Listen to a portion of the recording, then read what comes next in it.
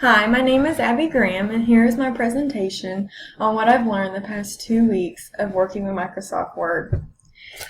In Lesson 7, it's mostly about the text basics, which would include spacing, cutting and pasting, and that's pretty much about it for that one. For example, if I wanted to put a space right in the middle of this word, you just use the space bar, pretty self-explanatory. And then if I wanted to cut this last sentence and it's repetitive of the first, I would just highlight it and click Control X. In order to copy and paste, say I wanted to copy this part of the sentence, I would press down Control C and Control V to paste it back. Next is Lesson 9, which is all about the page layout. You can find this at the very top.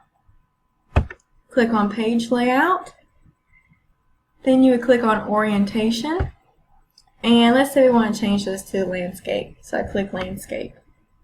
And you can see that it completely changes the layout of the page.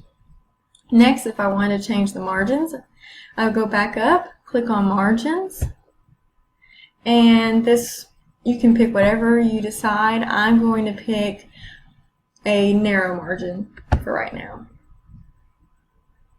Then, to change the paper size, we will go to File. Oh, sorry, not File, just kidding. Let's see here, Size. And I want to change mine to Legal. And there's what you need to know for Lesson 9. Lesson 10 is about printing. Pretty easy. I usually do this by hitting Control P, and it leads me to where I need to print. Or you can go back, hit File, and go down to Print, and it'll show you the same thing. Here, you know, if this is 3 pages long. So if I wanted to do just pages 1 through 2, just put 1 through 2, and I'll print the first 2 pages. Okay, next is Lesson 11, which is indentions and tabs. I'm going to scroll down to this page. If I wanted to indent this list, all I do is click the tab, and that immediately pushes it over 1.5 inches to the right. And then if you go up here to View, and you will see a ruler. There it is, ruler right there. And since I have a check mark, that shows this ruler up at top, and that allows me to do a hanging indent, which is like this, moving this back and forth. There we go, just like that.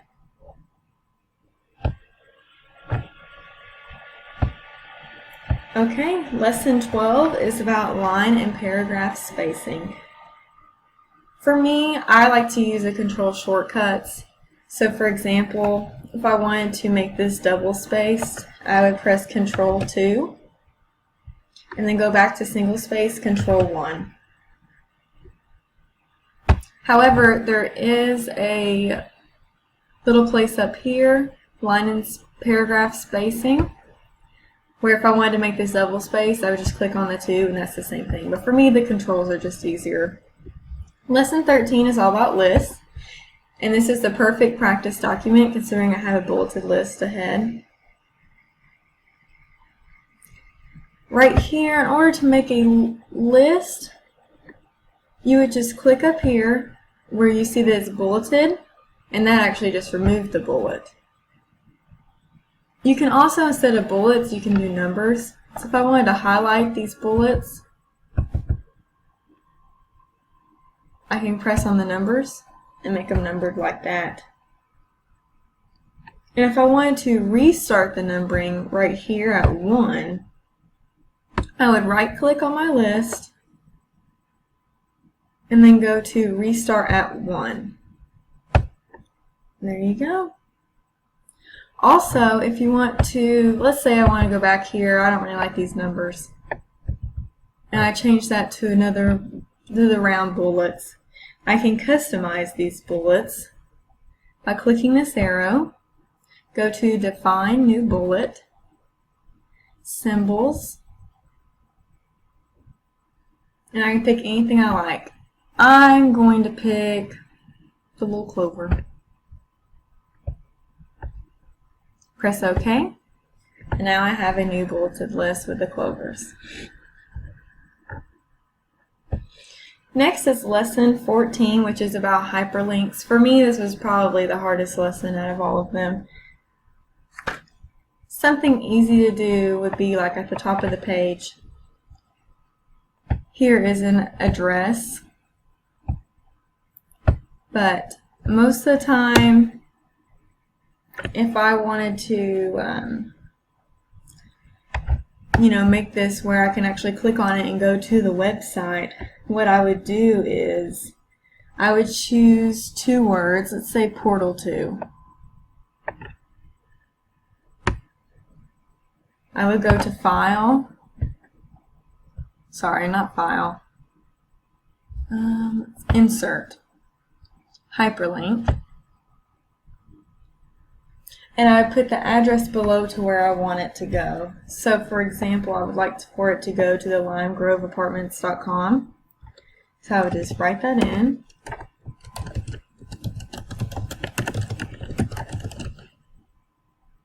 Okay. Hit OK. And now it makes it to where if I control and click this link, it will immediately go to the address. Alright, lesson 15 is about breaks. What you go to is Insert and hit Page Break. And that put a page in between. I don't really know why I did that because it doesn't look very good. But it's just the concept that we're going over. The same thing, you can also do this with sections. So if you wanted to section off something. And then page breaks, they come hidden, but if you would like to see them for any reason, you can just go back to the home and click this paragraph symbol. And you'll see where all the breaks are. And there's a page break right there, a page break right there. So just kind of let you know where it is. But you can click that symbol again in order to hide everything. Okay. Lesson 16 is about columns. So what I'm going to do is I'm going to try to make this take care of tenant needs and communicate with Lime Grove staff, 2 columns instead of just 1. So I'm going to click Page Layout, go to Columns. Sorry, I probably need to highlight this first, and hit 2. There you go, puts it into 2 columns for you. Lesson 17 is about headers, footers, and page numbers. This is extremely important, especially in college, having to write so many papers. I'm going to go back to my home. I'm going to go to Insert. I'm going to do a header first. And I'm going to pick that I want it to just be blank.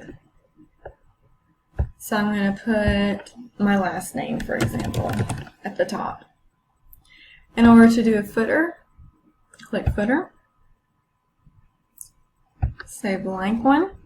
And for this one, I'm going to put the name of my class. So we'll say Computer Science. Okay, and then page number, same thing. It's right here on the left side. I'm going to put my page number at the top of the page on the right. And you see that it automatically goes ahead and it puts the number of your pages in order.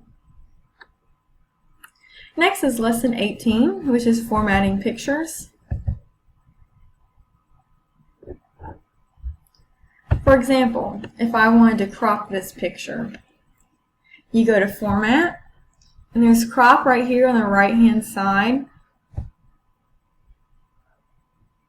I'm going to crop the height and crop the width, and you can see it getting smaller as I keep clicking.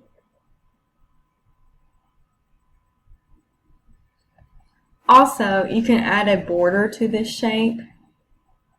In order to add a border, you go to Format. Let's see, Format, and then Picture Border should be up there. Oh, here it is. Picture Border.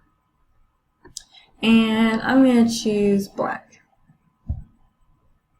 And it borders my picture in the square. Also, you can play with the picture by going to Corrections. You can create some shadowing. You can also go to the color. Oh, I like this soccer ball. That one's really cool. And you can also go to Artistic Effects. And I'm going to choose this one. Right, and that's formatting pictures. Next is lesson 19, which is more about pictures and text wrapping. I'm going to insert my own picture.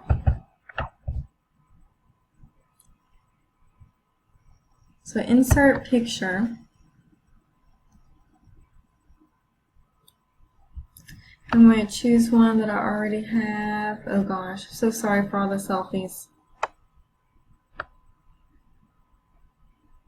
Let's see here. Pick one of the movies. Okay, and there I enter my picture. I can adjust the picture, make it smaller or bigger by just clicking on the arrows. And I can move this picture if I put the wrap text in front. So this picture is going to go in front of my text, just like that. Lesson 20 is on shapes. I click Insert, go to Shapes, and I'm going to choose to do smiley face. Let's see where I put it. Oh my gosh, I don't see the smiley face. Let's see, let's try that again. There we go, there's my smiley face. And then I want to insert another picture so I can show you how to put one in front of the other. So I'm going to go to Shapes, and this time I'm going to pick an arrow right there.